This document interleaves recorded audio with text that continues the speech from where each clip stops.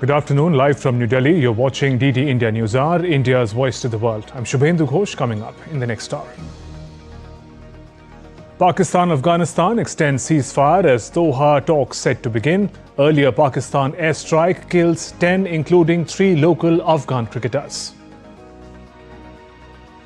Defence Minister Rajnath Singh, Uttar Pradesh Chief Minister Yogi Adityanath flag off first batch of BrahMos missiles made at the Lucknow unit. Ukrainian President Volodymyr Zelenskyy fails to secure Tomahawk missiles at talks with US President as Trump pursues diplomatic solution to end the conflict. And 5-day Diwali festivities begin with Dhanteras. People flock markets to shop and celebrate.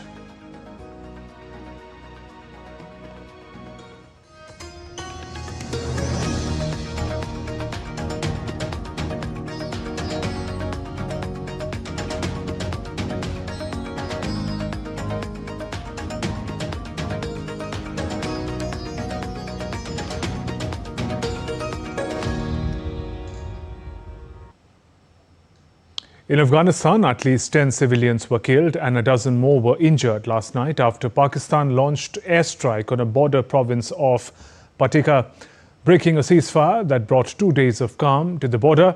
The 48-hour truce paused nearly a week of border clashes that killed dozens of troops and civilians on both sides. A senior Taliban official said Pakistan broke the ceasefire and bombed 3 locations in Paktika province. The official said Afghanistan will retaliate.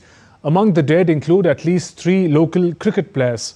The killing of the 3 cricketers prompted Afghanistan to pull out of a tri-nation series with Pakistan and Sri Lanka scheduled for next month. Afghanistan's cricket board, in a social media post, said players had travelled to Paktika province to take part in a friendly match. Qatar, which along with Saudi Arabia had pushed both sides to halt hostilities, offered to host their meeting in Doha. Reports from Afghanistan suggest that Taliban delegation would include Defence Minister Mullah Yaqub Mujahid and Intelligence Chief Mullah Wasik. Pakistan's Foreign Office stayed silent on the matter, but a late evening meeting between National Security Advisor and ISI Chief Lieutenant General Asim Malik and Foreign Minister Ishaq Dar suggested that General Malik may travel to Doha. Meanwhile, Afghanistan and Pakistan are set to hold peace talks in Doha on Saturday, following renewed border clashes and a fragile ceasefire. A high-level Afghan delegation led by Defence Minister Mullah Muhammad Yaqub has departed for Qatar, confirmed Afghan spokesperson Zabullah Mujahid. From the Pakistan side, its Defence Minister Khwaja Asif and Intelligence Chief General Asim Malik are also attending the talks, as announced by Pakistan State Television. A Pakistani delegation was already in Qatari capital on Friday for the talks and was to be joined by more senior officials. And DD India correspondent Jessica Taneja joins us live for more. Jessica, as Afghanistan and Pakistan hold peace talks, what are the key concerns in focus? Well, quite a few of them at this point, since the 48-hour ceasefire that was initiated did not, sort of see the kind of peace and tranquility that was expected out of it earlier. And what we're witnessing now as the Pakistan strikes continue on civilian targets, that also, of course, included 3 cricketers and has seen condemnation pouring in from various quarters on the particular strikes that Pakistan has conducted. And as a matter of fact, the peace talks and the ceasefire talks continue in Qatar with Saudi Arabia as well as Qatar, of course, and also China present there for the mediation. So one will have to see later towards the evening as to what comes out of it. But the primary concerns, of course, are the allegations from both sides, which have led to these intense, fightings across the border. And this is just the first few instances we're seeing in the recent past. There have been many border clashes along that frontier, especially when you talk about the Durand line. And the key focus, of course, would be to establish a border mechanism or a framework, so to say. And but the allegations that we've seen from the Taliban-led Afghan government has been the fact that it is not responsible for whatever the TTP, which is the Tehreek-e-Taliban Pakistan faction, does. Is a problem for Pakistan and its own internal security. But at the same time, Pakistan alleges that they are being given sanctity in Afghanistan and with tacit support from Kabul. So the talks, while they continue, it will be difficult, and the sensitivity involved around it, especially with the current situation and the intense fighting that hasn't come to an end as expected, would sort of give us more clarity towards the evening. But key concerns among them also would be where Pakistan wants to initiate 1.4 million, the repatriation of 1.4 million Afghan refugees from Pakistan to Kabul, which the Taliban-led Afghanistan government has clearly denied and would not be interested in initiating at all. Jessica, thank you for joining us with those updates. Moving on, in a cordial White House meeting, US President Donald Trump pressed Ukrainian President Zelenskyy to pursue peace with Russia, advocating for immediate ceasefire at current battle lines before his upcoming Budapest meeting with Putin. Zelensky's push for Tomahawk missiles met Trump's emphasis on mediation, overshadowing their productive two-hour talk on security guarantees. More in this report. President Donald Trump urged Ukrainian President Zelenskyy to negotiate peace with Russia on Friday. After a cordial White House meeting, Donald Trump pushed for an immediate ceasefire, even at current battle lines, ahead of his planned talks with Putin in Budapest. In a two-hour meeting described by both as cordial and productive, Zelenskyy pressed for the long-range weapons to strike deep into Russian territory, arguing they would apply constant pressure on Moscow's war machine. Trump's move to re-engage with Putin has frustrated Zelenskyy and some European allies in the past. It has cast a shadow on Trump's otherwise cordial exchange with his Ukrainian counterpart. Well, let's see what happens. I mean, what if? I think he will. I think that President Putin wants to end the war, or I wouldn't be talking this way. I think he wants to end the war. I spoke to him yesterday for 2.5 hours. We went through a lot of details. He wants to get it ended. I think that President Zelenskyy wants to get it ended. Now we have to get it done. Outside the White House, Zelenskyy called his meeting with Trump productive and said they discussed security guarantees. We trust the United States. We trust President that he wants to finish this war. And it's difficult. It's very tough solution. It's understandable why. I think that Russians afraid about Tomahawks, really afraid, because it's a strong weapon. And they know what we have, what kind of weapon we have, our production. And they understand that combination with Tomahawks, because we speak about it. We don't speak about Tomahawks like Tomahawks. We need combination. And that's why they're afraid of this combination. They understand what we can do. Meanwhile, on Truth Social, Trump urged both sides to stop the killing and make a deal, adding enough blood has been shed, let both claim victory, let history decide. The session cast a shadow from Trump's planned Budapest summit, with Putin in 2 weeks separate meetings, as these two leaders do not like each other.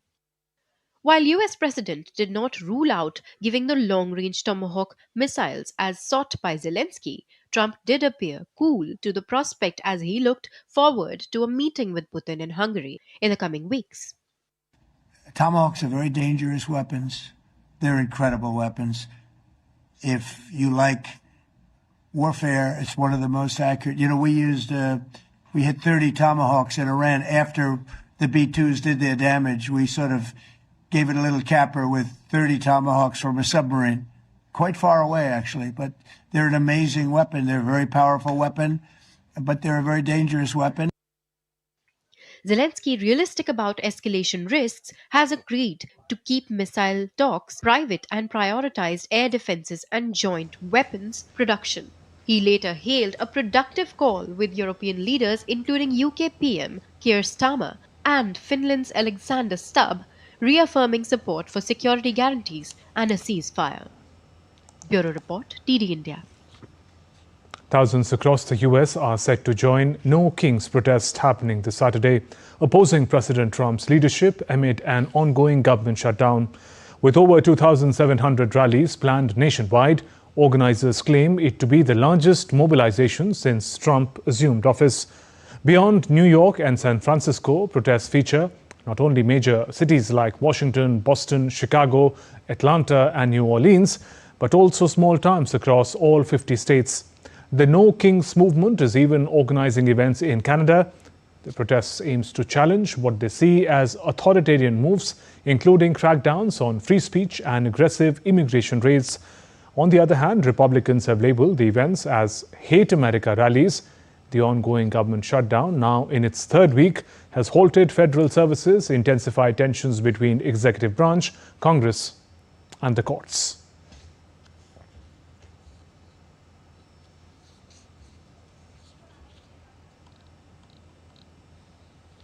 In a landmark moment for India's defence capabilities, Defence Minister Rajnath Singh on Saturday flagged off the first batch of BrahMos missiles at the BrahMos Aerospace Production Unit in Uttar Pradesh's Lucknow under Atmanirbhar Bharat mission. Minister Singh hailed the missiles as symbol of India's growing self-reliance under Atmanirbhar Bharat initiative. He said the production facility in Lucknow will manufacture 100 BrahMos missiles, which have become the backbone of the armed forces, and supply them to the Indian Army and Navy. Designed jointly by India's DRDO and Russia's NPO, BrahMos played a crucial role during Operation Sindoor following the Pahalgam terror attack. Team ने गत एक महीने के भीतर दो देशों के साथ लगभग 4,000 करोड़ रुपए के अनुबंधों पर हस्ताक्षर किए। आने वाले वर्षों में हम कई देशों के विशेषज्ञों को लखनऊ आते हुए अपनी आंखों से देखेंगे, जो लखनऊ को ज्ञान का केंद्र और डिफेंस टेक्नोलॉजी में अग्रणी बनाएगा। ब्रह्मोस की लखनऊ इकाई का टर्नओवर अगले वित्तीय वर्ष से करीब 3,000 करोड़ रुपए हो जाएगा और जीएसटी का कलेक्शन 500 करोड़ हो जाएगा प्रति वर्ष। Defence Minister was accompanied by Uttar Pradesh Chief Minister Yogi Adityanath. They planted a sapling in the premises of BrahMos Aerospace Unit and also inaugurated the booster and warhead building.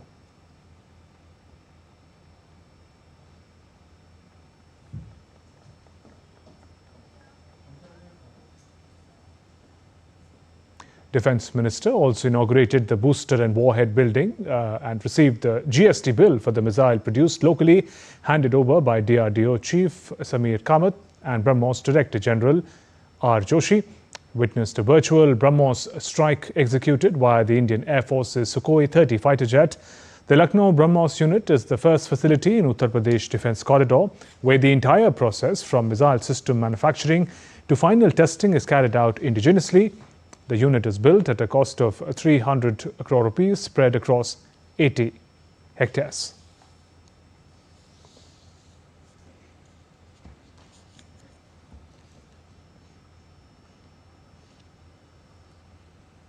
Finance Minister Nirmala Sitharaman, Commerce and Industry Minister Piyush Goyal and INB Minister Ashwini Vaishnav addressed a joint press conference on Saturday on the occasion of Dhanteras, spotlighting the ongoing GST Bachat Utsav, a nationwide savings festival launched on September 22nd amid the festivities of Navratri.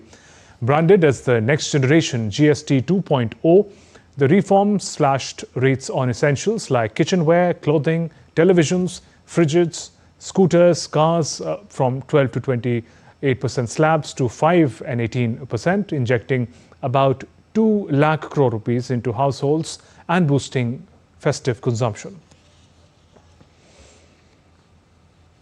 And speaking during the GST Bachat Utsav in New Delhi, Finance Minister Nirmala Sitharaman, Union Minister Ashwini Vaishnav and Piyush Goyal, Minister of Commerce and Industry of India, emphasized on the benefits of reforms being reaped by the people. So you know, from 12 to 5 the rate reduction has happened, and from 28 to 18 rate reduction has happened on largely most of the goods, but in some cases 1 or 2 went this way or that way. But 54 such daily use items we've been closely monitoring. Not in one has the tax not been, the benefit has not been passed. Not even in one item, the input that we've received from all the zones has the tax benefit not been passed to the consumer. We are convinced that on every such item, the benefits are being passed on to the consumer. And INB Minister Ashwini Vaishnav highlighted that consumption will increase more than 10% this year due to GST reforms.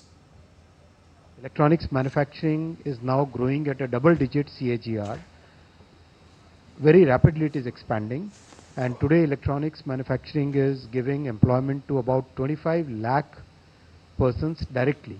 India has surpassed our neighbor in supplying, in exporting smartphones to United States.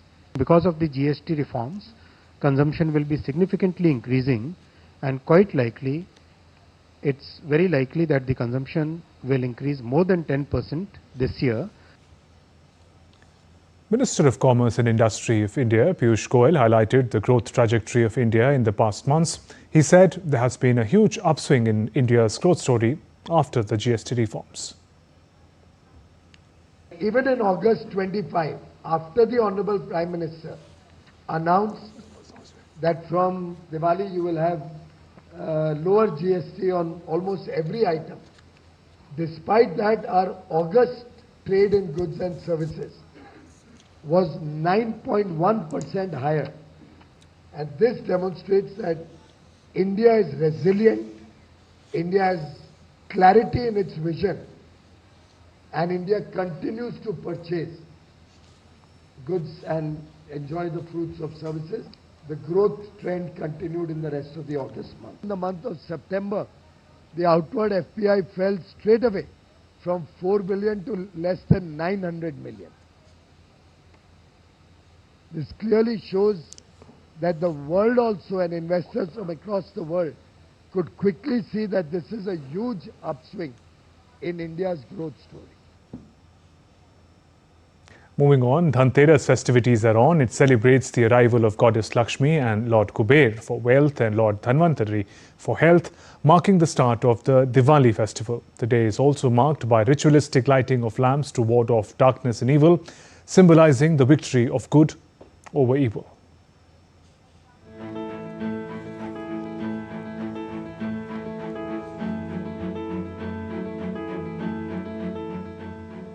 Dhanteras marks the beginning of the 5-day Diwali celebration, setting a joyful mood. On this day, devotees worship Lord Dhanvantari, the deity of Ayurveda, and Goddess Lakshmi, the harbinger of wealth and fortune. Dhan means wealth and Teras refers to the 13th day. The day is observed on the 13th lunar day of Krishna Paksha in the Hindu calendar every year. Considered highly auspicious, Dhanteras is a popular day to buy gold, silver, utensils and even electronics to invite prosperity. People worship Goddess Lakshmi and Lord Kuber, both symbols of wealth. Tradition holds that making significant purchases on this day brings good fortune and blessings in matters of finance and abundance. Lamps are lit to represent light over darkness and to keep away negative energies, including Yama, the god of death. The day is also seen as a time for cleansing homes, hearts, and minds, creating a pure space for the joy and brilliance of Diwali to enter and flourish. A popular tale linked to Dhanteras is the ocean churning, from which Lord Dhanvantari emerged with nectar and Goddess Lakshmi appeared, blessing the world with wealth. Another story speaks of a wise bride who saved her husband's life from a snake bite by placing gold, silver and lamps at the door, keeping Yama distracted all night with songs and stories. Since then, Dhanteras has been cherished as one of the most blessed days. May this Dhanteras bring you new aspirations, renewed hopes, unexplored paths and bright beginnings. Wishing you and your loved ones joy, surprises and everything radiant and wonderful. Happy Dhanteras. Bureau Report, DD India. As Dhanteras celebrations dawn upon the pink city Jaipur, the air glitters with more than just diyas and fireworks. In the bustling lanes of Johari Bazaar, a new delicacy is rising, one that melts on your tongue but costs more than gold. Meet Swarn Bhasm Pak and Chandi Bhasm Pak, Rajasthan's most luxurious sweets, crafted not just for the palate but for prestige as well. Priced between rupees 45,000 to 1.1 lakh rupees per kilogram, these are no ordinary sweets. The masterpieces reflect the legacy of Rajasthan, a blend of royalty, tradition and modern-day indulgence. And Assam is celebrating Kati Bihu, also known as Kangli Bihu. It signifies the end of the sowing season and the beginning of the harvest, focusing on prayers for good yield and symbolizing hope during time when farmers' granaries are often empty. Key rituals include lighting lamps in fields, homes and in front of the sacred Tulsi plant and engaging in community gatherings. India's Home Minister Amit Shah, in a social media post on X, says, and I quote, "On the occasion of Kati Bihu, I pray for the well-being and prosperity of all my sisters and brothers of Assam. May this festival bring happiness and abundance into everyone's lives."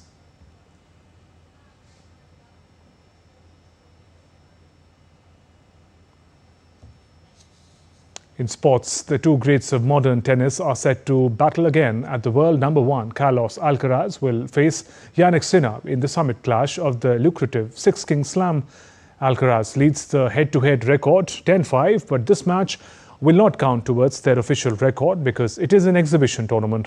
Both mirrored each other's results in semi-finals as they defeated their opponents in straight sets 6-4, 6-2. Alcaraz overcame USA's top-ranked player Taylor Fritz, while Sinner bested Olympic champion Novak Djokovic. After a rest day on Friday, Sinner and Alcaraz returned to Riyadh's A&B Arena on Saturday night for the finals. And that's all for this edition of DD India News Hour. Let us know your thoughts on the news of the day. For those on the go, you can get all the latest news and updates from India and across the world on DD India mobile app. The app is available on both Android and iOS platforms. Scan this QR code on your screens and download now. We'll be back with more news as it breaks here on DD India. I'm Shubhendu Ghosh from all of us here in Delhi. Thanks for watching DD India News Hour. Namaskar.